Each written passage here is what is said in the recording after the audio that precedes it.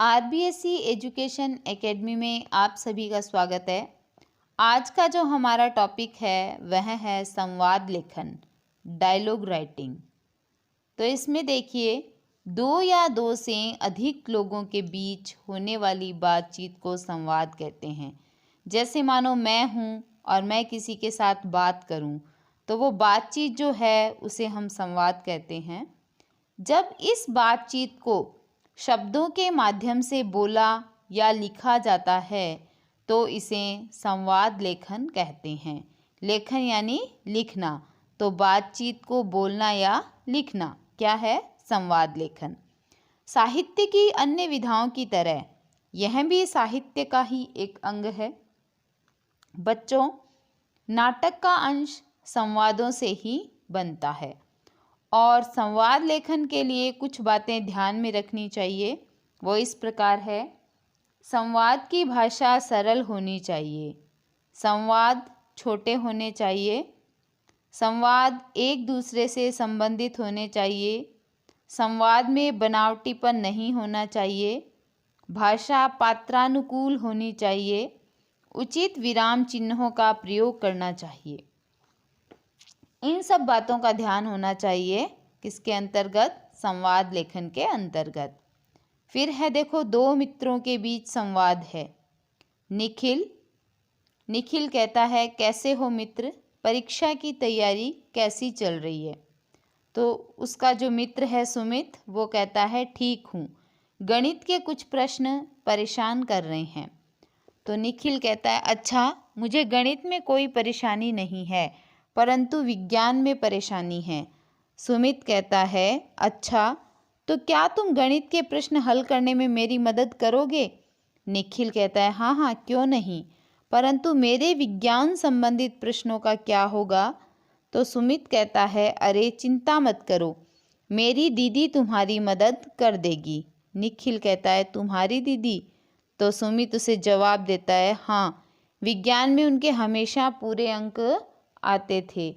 तो निखिल कहता है, अच्छा ठीक है, तुम दीदी से मुझे पढ़ाने के लिए पूछ लेना। सुमित कहता है, हाँ बिल्कुल, मैं उनसे पूछ लूँगा। निखिल कहता है, तो ठीक है, कल शाम को मिलते हैं किताबों के साथ। सुमित कहता है, ठीक है। इस प्रकार देखो, दो फ्रेंड है और दोनों आपस में अपनी अपनी जो बात है वो करते हैं। फिर है रोगी और डॉक्टर के बीच संवाद। रोगी कहता है डॉक्टर को, डॉक्टर साहब नमस्ते, कल रात से मेरे पेट में दर्द हो रहा है। डॉक्टर कहता है, नमस्ते, आपने कल रात क्या खाया था? रोगी कहता है, जी, मैंने कल चाउमीन खाई थी। डॉक्टर कहता है, ओह, इसलिए यह मैदे से बनती है और बाजार में बहुत बिकती है। तो रोगी कहता है, जी, परंतु मैं तो अक्सर बढ़िया दुकान की चाउमीन खाता हूँ। डॉक्टर कहता है, आपको बाहर की चीज़ें कम खानी चाहिए।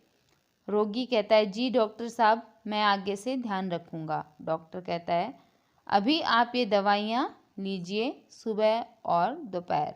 रोगी, जी, सादा पानी के साथ? डॉक्टर, हाँ, कल शाम आकर फिर मुझसे दिखाइए और मुझसे मिलिए। तो रोगी कहता है, जी डॉक्टर साहब। तो देखो, आज हमने क्या सीखा है कि दो या दो से अधिक लोगों के बीच होने वाली बातचीत को संवाद कहते हैं।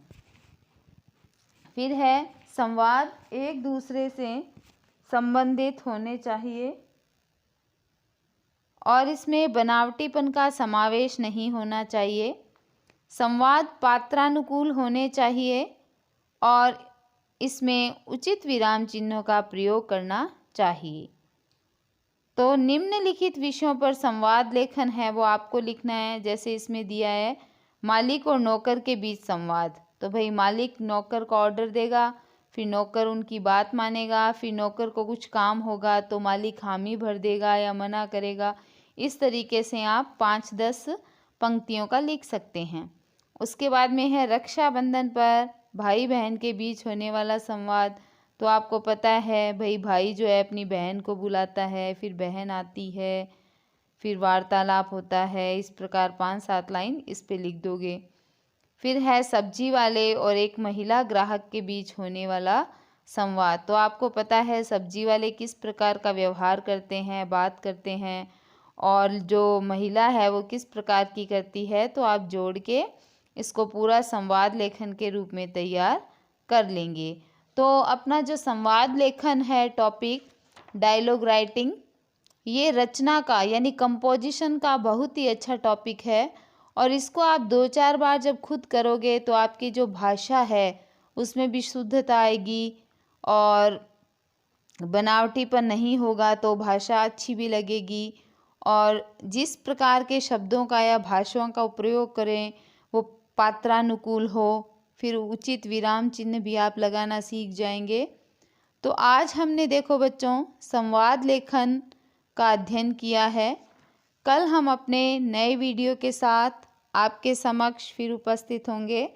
आप सभी मेरे चैनल को लाइक करें, शेयर करें, सब्सक्राइब करें और बेल आइकन दबाना ना भूलें। धन्यवाद।